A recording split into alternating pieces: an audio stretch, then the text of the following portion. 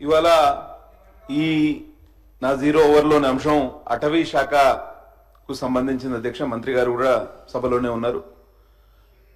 ఎండాకాలం వచ్చిందనంటే ఉమ్మడి ఆదిలాబాద్ జిల్లా పోడు రైతులకు మళ్ళొక భయాందోళన మొదలవుతుంది అధ్యక్ష.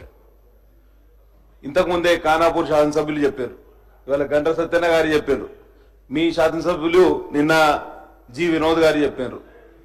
చెన్నూరు, ఆసిఫాబాద్, ఇటు మన ఖానాపూర్, బోత్, ఆదిలాబాద్ ఇవన్నీ నియోజకవర్గాల్లో అటవీ భూములు పెద్ద ఎత్తున 30-40 సంవత్సరాలు 50 సంవత్సరాలుగా సాగు చేసుకుంటున్నారు అధ్యక్ష. ఎండాకాలం వచ్చిందంటే వాళ్ళ ఎంట పడ్డం, ఫారెస్ట్ అధికారులు ఊర్ల మీద పడి వాళ్ళందరినీ ఇబ్బంది పెట్టే కార్యక్రమం. పత్తి చేలు ఇప్పుడు కట్టె బీకే సమయం అధ్యక్ష, వాళ్ళను కట్టె బీకొద్దు అని చెప్పి కందకాలు తవ్వే కార్యక్రమం పెద్ద ఎత్తున చేస్తున్నారు. దానివల్ల చాలా పోడు రైతులు చాలా ఇబ్బంది పడుతున్నారు. గతంలో 10 సంవత్సరాలు వాళ్ళు చాలా ఇబ్బంది పడ్డారు. దాని మీద పెద్ద ఎత్తున రైతులు ఆందోళన చేసి ఆ ప్రభుత్వాన్ని గద్దె దించితే ఈ ప్రభుత్వం వచ్చిన తర్వాత ఏదైనా రిలీఫ్ దొరుకుతుందేమో అంటే అదే ఒరవడి కొనసాగిస్తున్నారు అధ్యక్ష. కనీసం joint survey, revenue and forest మధ్యలో జాయింట్ సర్వే కూడా ఒప్పుకుంటలేదు ఫారెస్ట్ అధికారులు. ఇది మాదంటే మాది, ఎట్లా మీద అవుతుందండి? మా దగ్గర ఎన్నో సర్వే నెంబర్లు, రెండింటి మధ్యలో డిస్ప్యూటబుల్ ల్యాండ్స్ ఉన్నాయి. కాబట్టి దయచేసి మంత్రి గారి ఈ విషయంలో ఆలోచన చేయాలి. వీళ్ళ అత్యుత్సాహం ఒక్క మా నియోజకవర్గమే కాదు, మొత్తం ఉమ్మడి ఆదిలాబాద్ జిల్లాలో ఈ సమస్య ఉన్నది. మా ఆసిఫాబాద్ డిఎఫ్ఓ గారు అయితే ఇక ఆయన గురించి చెప్పడం చాలా ఇబ్బంది. మేము 2 రోజులు వాళ్ళు రైతుల్ని ఎంత ఇబ్బంది అంటే 3rd డిగ్రీ, మరి పోలీసులు మర్చిపోయిన 3rd డిగ్రీని ఫారెస్ట్ అధికారులు ఉపయోగించారు. మేము 2 రోజులు నిరాహార దీక్ష కూర్చుంటే శ్రీధర్ బాబు గారే ఫోన్ చేసి నేను సమస్య పరిష్కరిస్తా అని చెప్తే సిర్పూర్ ఫారెస్ట్ రేంజ్ ఆఫీస్ ముంగట నేను కూర్చుంటే రైతులతో పాటు తనే విరమింపజేసినారు అధ్యక్ష. కానీ ఎందుకు ఈ ఫారెస్ట్ అధికారులు వాళ్ళని కాపాడుతున్నారు? Highly corrupt and inefficient. మరి ఎన్ని వందలాది టేకు చెట్లను స్మగ్లర్లు ఎత్తుకుపోతా ఉంటే వాళ్ళ మీద చర్యలు లేవండి. పోడు రైతుల మీద వాళ్ళ దౌర్జన్యాలు, దాష్టికాలు. ఇంత 3rd డిగ్రీ ప్రయోగించి వాళ్ళని అడ్డగోలుగా హింసిస్తా ఉంటే సీనియర్ ఫారెస్ట్ అధికారులు ఎవ్వరు కూడా మందలించిన పాపాన పోతలేరు.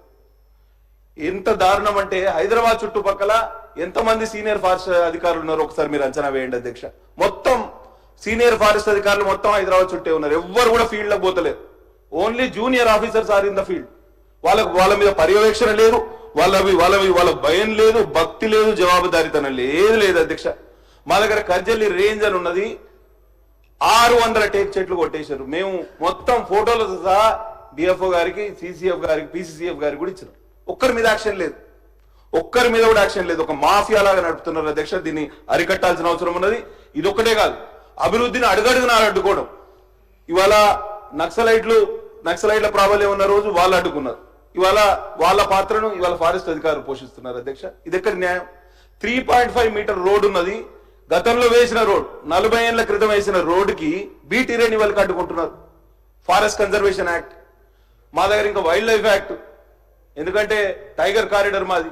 ఎన్ని రకాలుగా ఇబ్బంది పెడుతున్నారు అధ్యక్ష అంటే ఇప్పుడే సత్యనారాయణ గారు చెప్పినట్టు బోరింగ్ ఏనిస్తలేరు, ఏది చిన్న కరెంట్ తీగ కూడా గుంజలిచ్చే పరిస్థితి లేదు.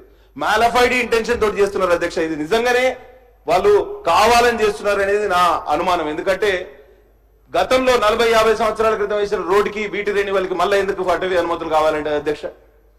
సేమ్ షోల్డర్స్ కూడా ఇంక్రీజ్ చేయం, సేమ్ విడ్త్ 3.5 మీటర్ల మీద నుంచో పోతామని చెప్పినాము. అదే బీటీ రెన్యువల్కి కూడా ఒప్పుకుంటలేరంటే అదే రోడ్ నుంచి వాళ్ళు ఫారెస్ట్ అధికారులు పోతారు. రోజు వాళ్ళకి ఆ రోడ్ అక్కడికి వస్తుంది, కానీ దాన్ని బీటీ రెన్యువల్ చేస్తాము, ఆ రోడ్డు మళ్ళీ వేస్తామని అంటే మమ్మల్ని అడ్డుకునే పరిస్థితి అధ్యక్ష. కాబట్టి తప్పకుండా దీని మీద చర్యలు తీసుకోవాలి. పెద్ద పులులు మా ప్రాంతంలో జరుగుతున్నాయి. 2 3 నెలల క్రితం చంపేసినాయి. 2 నోట ఖర్చుకొని తీసుకుపోయి వాళ్ళిద్దరిని చంపినాయి. 2 పులులను మనుషులు ఉచ్చులు బిగించి పులులను చంపారు.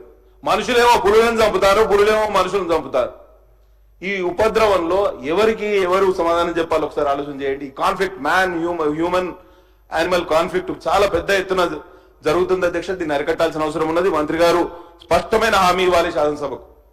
ఉమ్మడి ఆదిలాబాద్ జిల్లా ప్రతినిధుల తరపున, ప్రజాప్రతినిధుల తరపున నేను అడుగుతున్నా, మీరు ఆదేశాలు ఇవ్వలేదనేది మాకు నోటి మాటగా చెప్తున్నారు, కానీ అధికారుల వ్యవహార శైలి పూర్తి భిన్నంగా ఉన్నది.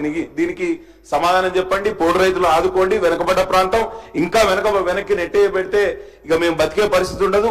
ఆ ప్రాంతం ఖాళీ చేయాల్సిన పరిస్థితి వస్తుంది, లేకపోతే వేరే ప్రాంతానికి పోవాల్సిన పరిస్థితి. కాబట్టి దయచేసి మంత్రి గారు స్పష్టమైన హామీ ఇస్తారని ఆశిస్తూ సెలవు తీసుకుంటున్నాం. ధన్యవాదాలు.